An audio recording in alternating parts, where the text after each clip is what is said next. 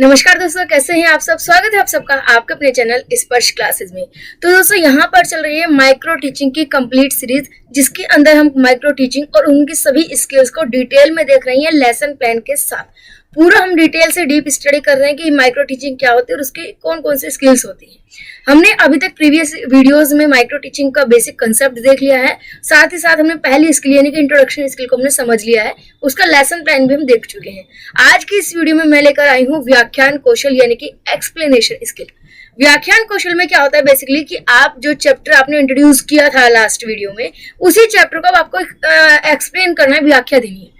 ठीक है कि आप कोई भी टॉपिक पढ़ा रहे हैं उस टॉपिक को डिटेल से एक्सप्लेन करना है कुल मिलाकर इस वीडियो में। तो यही हम डिस्कस करेंगे, लेसन प्लान के साथ देखेंगे डिटेल से। तो इस वीडियो को लास्ट तक जरूर देखिएगा, कोई भी स्टेप मिस मत कीजिएगा और वीडियो पसंद आए तो लाइक करना ना भूलिएगा। चलिए ज्यादा समय नहीं लेते हुए शुरू करेंगे आज के इस वीडियो को।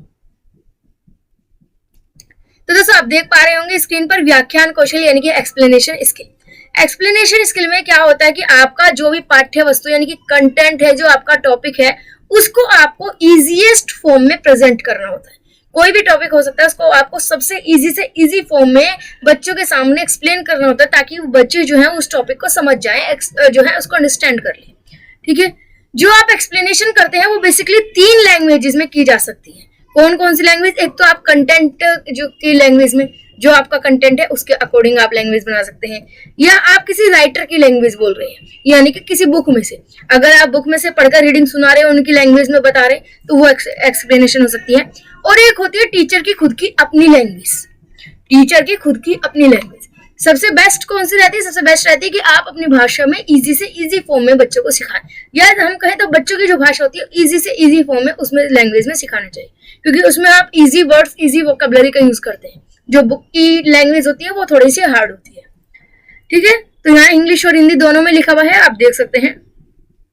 नेक्स्ट अगर बात करें कि जो एक्सप्लेनेशन स्किल है, इसके उद्देश्य क्या है, ऑब्जेक्टिव्स क्या है, क्यों हम एक्सप्लेनेशन स्किल करते हैं, क्या जरूरत है एक्सप्लेन करने की? तो इसका आंसर तो आपको खुद को पता है कि अगर हम एक्सप्लेन नहीं करेंगे किसी टॉपिक को, तो बच्चे को वो समझ में नहीं आएगा, बच्चे का इंटरेस्ट नहीं होगा, तो बच्चे की लर्निंग जो है वो अच्छी नहीं होगी। बच्चे की लर्निंग और आपकी टीचिंग दोनों ही अफेक्ट होगी। ठीक है, तो उद्देश्य क्या है कि बच्चों में तार्किक क्षमता का विकास करना है, लॉजिकल थिंकिंग जो है वो डेवलप करनी है। जब आपने एक टॉपिक पढ़ाया, कंसेप्ट पढ़ाया, आप उसको डिटेल में एक्सप्लेन करते हो ना, तो बच्चे भी सोचते हैं, समझते हैं, और जब टॉपिक को समझेंगे तो अपनी तरफ से कुछ ना कुछ आंसर्स भी करेंगे, कुछ ना कुछ लॉजिक भी लगाएंगे, कुछ क्वेश्चंस भी बच्चे के मन में उठेंगे, क्यूरियोसिटी होगी, बच्चे क्वेश्चंस पूछेंगे, उनका आंसर बच्चे को मिलेगा। तो एक जो थिंकिंग की जो क्वालिटी है वो बच्चे के अंदर डेवलप होगी। इसके साथ साथ तथ्य सिद्धांतों के प्रति अबोध यानी कि समझ का विकास करना। जो भी आपके तथ्य फैक्ट्स हैं या जो आपकी थ्योरीज हैं, जो आप कंटेंट पढ़ा रहे हैं, उसकी अंडरस्टैंडिंग बच्चों को डेवलप होगी। सिर्फ और सिर्फ एक इन्फॉर्मेशन मिल जाना काफी नहीं होता, बल्कि उसकी अंडरस्टैंडिंग भी होना जरूरी होता है। तो यहाँ पर बेसिक अंडरस्टैंडिंग भी आप जो है बच्चों को मिल जाती है। तो ये 2 ऑब्जेक्टिव मेन होते हैं। बाकी आप और भी पॉइंट्स बढ़ा सकते हैं जो अपने आप से लिख सकते हैं, कोई दिक्कत नहीं है। आगे अब मेन आता है कंपोनेंट्स की बात। हमने इंट्रोडक्शन स्किल में भी देखा था कि कौन कौन से ऐसे घटक है कि क्या क्या बातें हमें इंट्रोडक्शन स्किल में करनी चाहिए और क्या क्या नहीं करनी चाहिए। तो वैसे एक्सप्लेनेशन स्किल के अंदर कि कौन कौन सी बातों का हमें ध्यान रखना चाहिए, क्या हमें करना चाहिए और क्या नहीं करना चाहिए। तो दोनों तरीके से यहाँ पर डिवाइडेड है, आप देख सकते हैं। सबसे पहले अगर बात करें डू की, यानी कि ऐसे कौन कौन सी बातें जो हमें करनी चाहिए एक्सप्लेनेशन स्किल में। इंट्रोडक्टरी स्टेटमेंट, जब भी आप अपने टॉपिक को एक्सप्लेन करने जाएं तो सबसे पहले उसका इंट्रोडक्टरी स्टेटमेंट दीजिए। जब आप अपने चैप्टर को इंट्रोड्यूस कर देंगे, जब आपने पहले इंट्रोडक्शन स्किल करी, उसमें अपने चैप्टर को इंट्रोड्यूस कर दिया, बच्चे को बता दिया कि आज हम इस टॉपिक के बारे में पढ़ेंगे, तो वो जो बता रहे हैं ना, जैसे आपका लास्ट का अगर मैं एग्जांपल देखूं तो आपने क्या कहा था कि आपने पूछा था कि भाई सभी ऑब्जेक्ट हम किसी भी डायरेक्शन में फेंके तो नीचे जमीन पर क्यों आती है, बच्चे शांत हो जाएंगे। यहाँ पर आपकी इंट्रोडक्शन स्किल फिनिश हो जाती है। अब आप एक इंट्रोडक्टरी स्टेटमेंट देते हैं कि इसका कारण ये है, किसी भी ऑब्जेक्ट का कारण ये है कि गुरुत्वाकर्षण बल यानी कि ग्रेविटेशनल फोर्स, जो आपकी धरती होती है उसमें ग्रेविटेशनल फोर्स होता है, और आज हम इसी ग्रेविटेशनल फोर्स के बारे में पढ़ेंगे।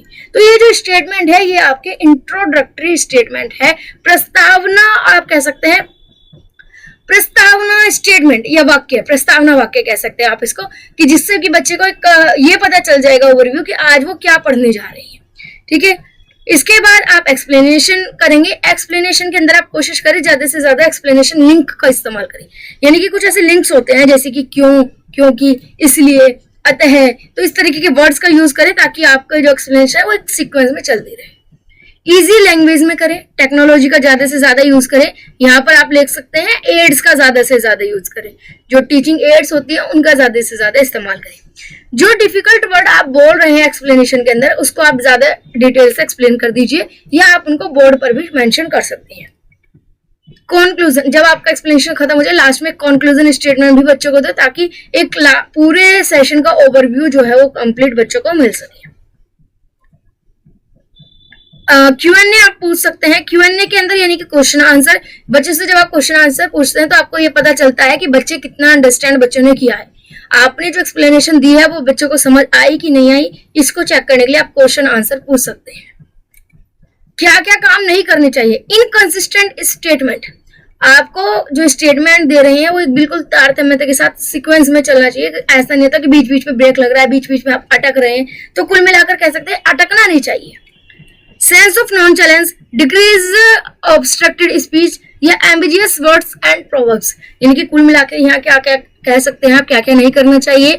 आपको बीच बीच में अटकना नहीं चाहिए, पूरे क्लियर में होना चाहिए। इजी लैंग्वेज का आप यूज करें, कोई डिफिकल्ट वर्ड ज्यादा यूज नहीं करनी चाहिए। अगर आपको करना पड़ रहा है, जरूरी है, तो आप उसको डिटेल से एक्सप्लेन करेंगे, ठीक है। इसके अलावा आप जो है, अगर आपकी स्पीच में कुछ भी ऊपर नीचे हो रहा है तो उसको थोड़ा सा डिक्रीज करने की कोशिश करिए, एक स्पीच को सही बनाने की कोशिश कीजिए। कुछ ऐसे वर्ड्स या प्रोवर्ब्स जो आपको खुद नहीं पता या क्लियर नहीं है, उनका इस्तेमाल आप ना कीजिए।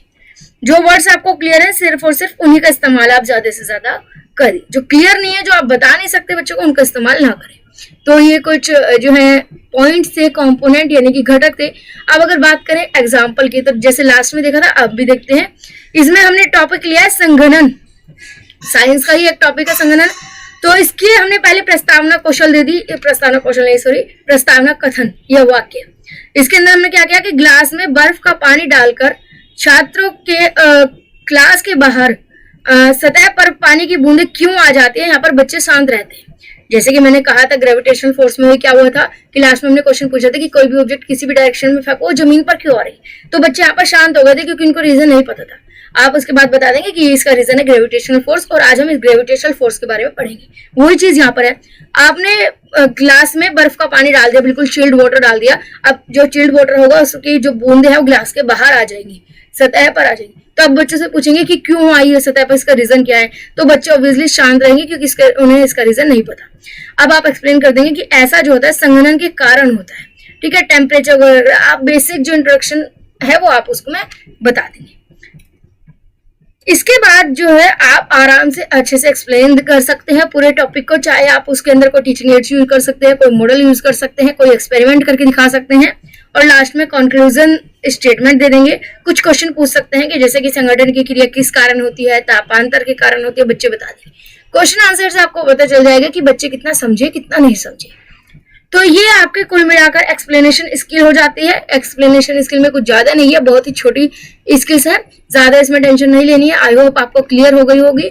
अगर आपको ये वीडियो पसंद आई हो और आप इस सीरीज को कंटिन्यू रखना चाहते हैं तो लाइक जरूर कीजिए, साथ ही साथ दोस्तों तक शेयर कीजिए। साथ ही साथ इसी तरह की और वीडियोस को पाने के लिए चैनल को सब्सक्राइब कर बेल आइकन को प्रेस करना ना भूलें। आज के लिए बस इतना ही, मिलते हैं आने वाली वीडियो में। आज के लिए धन्यवाद।